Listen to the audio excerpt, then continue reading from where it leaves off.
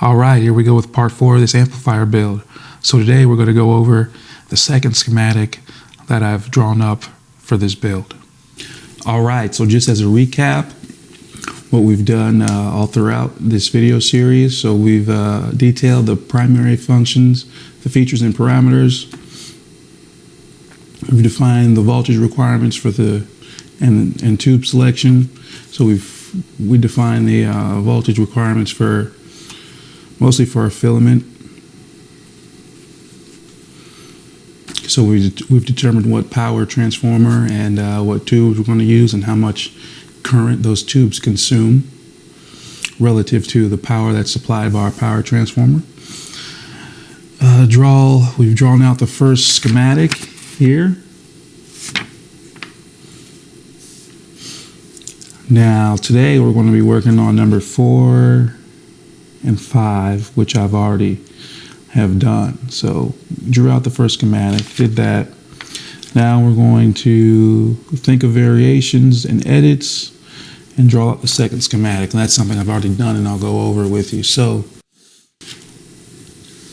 for the first schematic, if we remember, there was a couple things that I still had up in the air, I wasn't sure about. And that was where to put my tone control and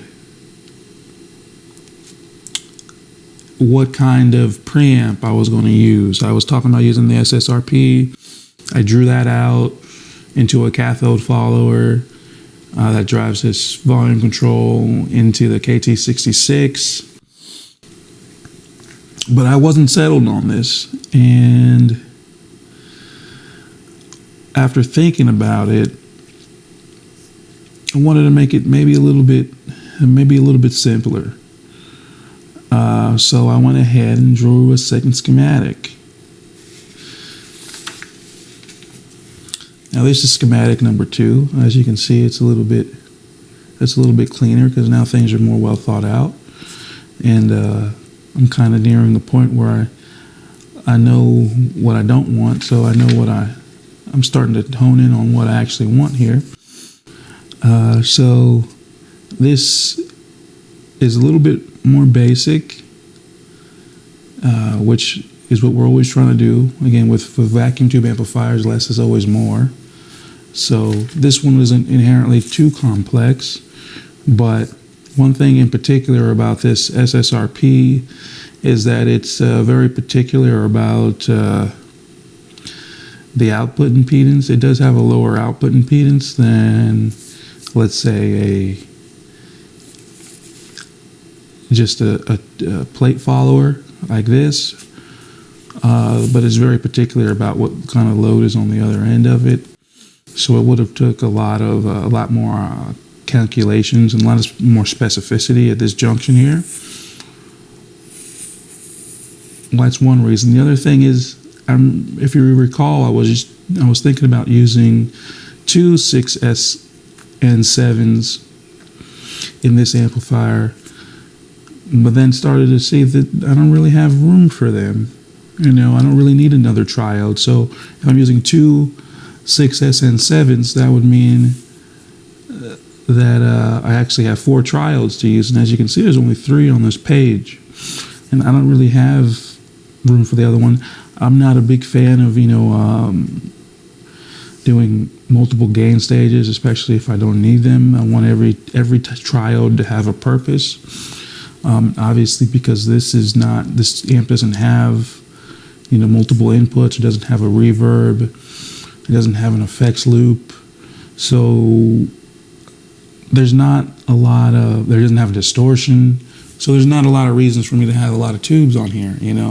It's made to be like maybe something akin to a Fender Champ of some sort, that only has a preamp tube and your output tube and a rectifier tube, and that's it. It's got a volume control and your inputs, and that's it. So this is a little bit more involved because I want to add a tone control, but it's a similar idea. So with this second schematic, what I've decided to do thus far, and again, this could still change, but I'm feeling pretty comfortable about it. For the sake of simplicity, I'm pretty much done with the idea of using this SSRP, and I'm going to try to streamline this amplifier a little bit more. So as you can see here, I found a great place for my tone control, so that worked out good. Now on the front end, I've just got a typical plate follower. So this is your input signal. This is your input signal. It's going to go through this plate follower up here, into this cathode follower, into this tone control, into the volume, and into your KT66. Much simpler. But now, as you see here, instead of using 3 triodes, now I'm only using 2 triodes. So I could theoretically just use one 6SN7 to accomplish what I want to accomplish here. The only thing is, I'm a little bit weary about how much voltage peak to peak I can get out of this one driver. So now what we have is, this is really our driver. This is our driver and gain stage. So now we only have one driver and gain stage going into our cathode follower, which is really for impedance, right? So this is really kind of like a conversion tube. You can look at it as like a conversion tube. And going into our tone control, volume control, and driving the KT66. So I'm a little bit worried about some signal depletion coming from this triode all the way through this tone control circuit, and then driving this KT66. So ideally, this wants to have maybe close to 30 volts peak to peak, which is a fair bit. Where this tube traditionally maybe ran at 20 volts, you know. So if I have 20, but let's say it degrades maybe to 18 when it gets there, like it's just too low. So I need to figure out something that's going to solve that problem, which I might have something in mind that might do it. And that would be actually still using that other 6SN7 and paralleling it with these triodes. So actually using both of them, but not creating another circuitry or another gain stage, but actually just paralleling the triode. So using this circuit here, this triode here, paralleled with the other triode in the 6SN7 envelope. So basically this would be one triode and this would be one triode. Now paralleling a dual triode tube like a 6SN7 or a 12AX7, what that does is that's going to decrease your output impedance dramatically. It's going to decrease the plate resistance dramatically. It's also going to give you more plate dissipation, which is actually quite high for a 6SN7. For a 6SN7, your plate dissipation is about 5 watts compared to a 12AX7, which is about 1 watt. So 12AX7s aren't really good for wattage, but they're good for gain. Whereas this tube could be very good for wattage, which would help me get this gain all the way up here and drive it. Because your wattage is essentially what's going to give you the current capabilities to get there. So that's the most recent development, and you see it's kind of changed quite a bit. So this was our crude first drawing about what we wanted to do. We wanted to have the KT66 here. We wanted to have a volume. Trying to figure out where to put the tone control, playing with the idea of having this SRP circuit. So the only things that we've really carried from this circuit is the cathode follower, the volume control, and the KT66 being there, right? But now we've got some things more well-defined. It's a little bit cleaner. It's a little bit more straightforward. It's a little bit less complex, which of course is always what you want to go for. Now, there was one other thing, though. I actually got rid of the gain control. If you remember, I was deliberating whether to have a gain control or not. And at one point, I decided, I want to have it, and I put it on the front here. But again, going into this and having it designed in this format, where I only have one gain stage, I don't really want to have another potentiometer up front or anywhere else. At this point, I'm too worried about signal depletion and impedances, which I could just put one there. It would be safe, especially if I'm going to parallel the tubes. But just for the sake of simplicity, again, this is a jazz amplifier. I won't really need a gain knob.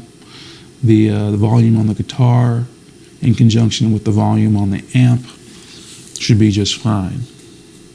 So going forward, what do we got to figure out here? So going through our list again, we detailed the primary features and parameters. We figured out the filament voltages and the power supply requirements. We drew out the first schematic. We thought of variations and made some edits.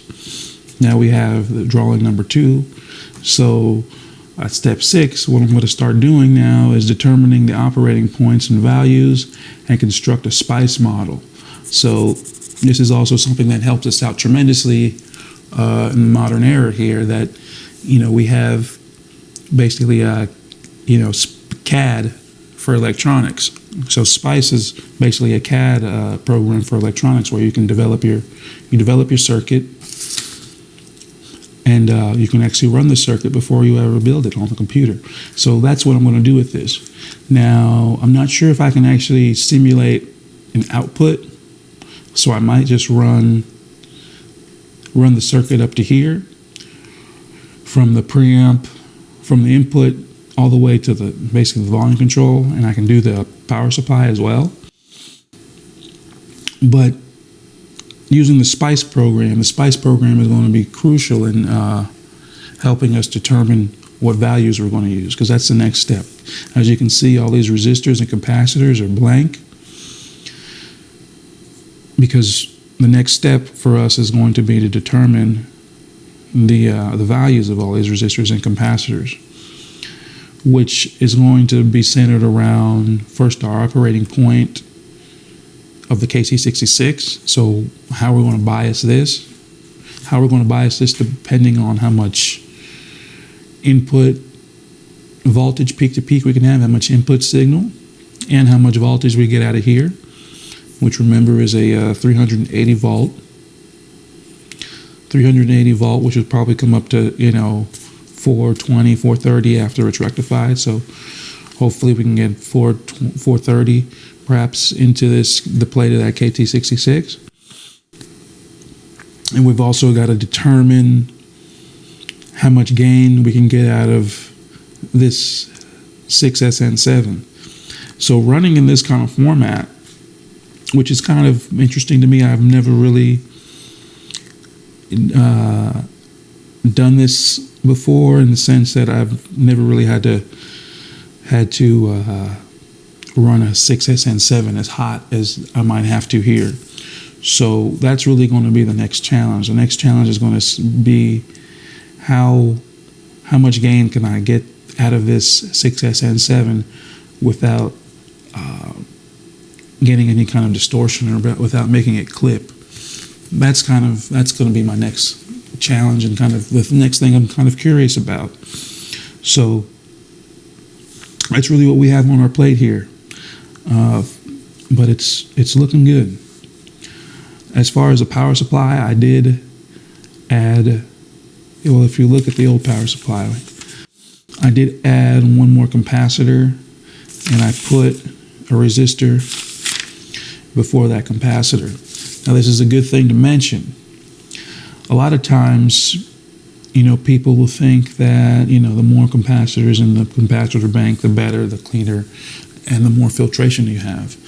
But that is not necessarily true if there's not a resistor that precedes it. So you'll get a lot more, and sometimes you won't get any filtration if you don't have any resistance preceding it. And that's because this is essentially a low-pass filter. We have a tendency maybe to look at the capacitor bank differently, but it's really essentially just a low-pass filter junction, So just like you have on your tone control, here's another one right here. That's a low-pass filter. That's where we're going to get our bass function. So this low-pass filter needs to have this resistor here, and it doesn't have to be a large resistance. These are going to be small resistances. I've done this maybe with a 0.1 ohm. Just to have a 0.1 ohm in front of that capacitor can take a frequency down to minus 90 dB in some cases. But having that resistor is very important. But again, this is also something I'm going to have to figure out. But again, because I only have one gain stage going into a cathode follower, then going into the output section, I want all these voltages to be very high. So if I'm saying that I have a 380 volt primary and I might get 420, 430 out of it, I'm going to want to keep these voltages probably no less, maybe even more, no less than 390, let's say. 390 at the lowest, and then 420, 430 at the highest. So I'm going to be running everything pretty close together and fairly hot because I want to get the most gain out of this thing. So yeah, that's where we're at. Again, the next step would be to construct the SPICE model and start getting some values and seeing how hot we can run this 6SN7 at the input, and determining if it can in fact drive this KT66. All right, thanks for watching.